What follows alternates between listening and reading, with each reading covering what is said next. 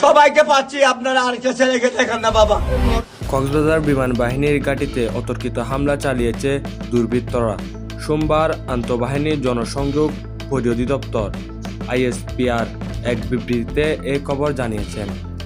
ISPR এক সংক্ষিপ্ত বার্তায় বলেছে, বিমান বাহিনীর ঘাঁটি কক্সবাজার সংলগ্ন সীমিতিপাড়ার কিছু দুর্বৃত্ত বিমান বাহিনীর ঘাঁটি কক্সবাজারের উপর অতর্কিত হামলা চালিয়েছে।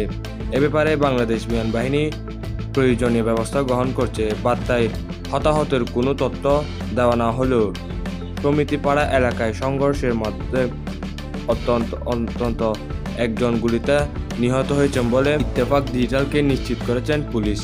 চট্টগ্রাম রেঞ্জের ডিআইজি হাসান হাবিব পলাশ তিনি বলেন, আমি যতটুকু জেনেছি সেখানে গুলিতে একজন মারা গেছে আর একজন আহত হয়েছে। নিহত ব্যক্তির নাম শিহাব কবির নাহিদ। তিনি কক্সবাজার পিটিআই এর সাবেক সুপারিনটেন্ডেন্ট নাসির উদ্দিন ও কক্সবাজার সরকারি উচ্চ বিদ্যালয়ের সাবেক প্রধান শিক্ষক আমেনা বেগম দম্পতির একমাত্র সন্তান। নিহত নাহিদ পেশায় ব্যবসায়ী ও বিএনপি স্থানীয় নেতা বলে জানা গেছে। আহতদের মধ্যে গুলিবিদ্ধ শাহাদাত সহ 5 জনকে কক্সবাজার জেলা সদর হাসপাতালে ভর্তি করা হয়েছে।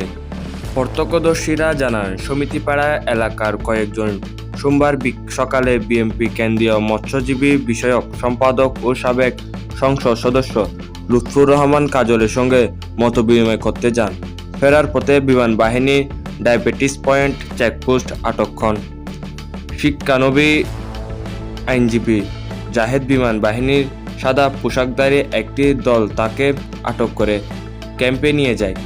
জাহেদের আটকের খবর সমিতিপাড়ায় ছড়িয়ে পড়লে স্থানীয় যুবকরা জাহেদকে ছাড়াতে বিমান বাহিনীর কুটিমুখী হয় এবং সে সময় বিমান বাহিনীর সদস্যদের সঙ্গে তাদের কথা কাটাকাটি হয়ে পরে মাথায় গুলিবিদ্ধ নাহিদের লাশ তার বাসার সামনে পাওয়া যায়।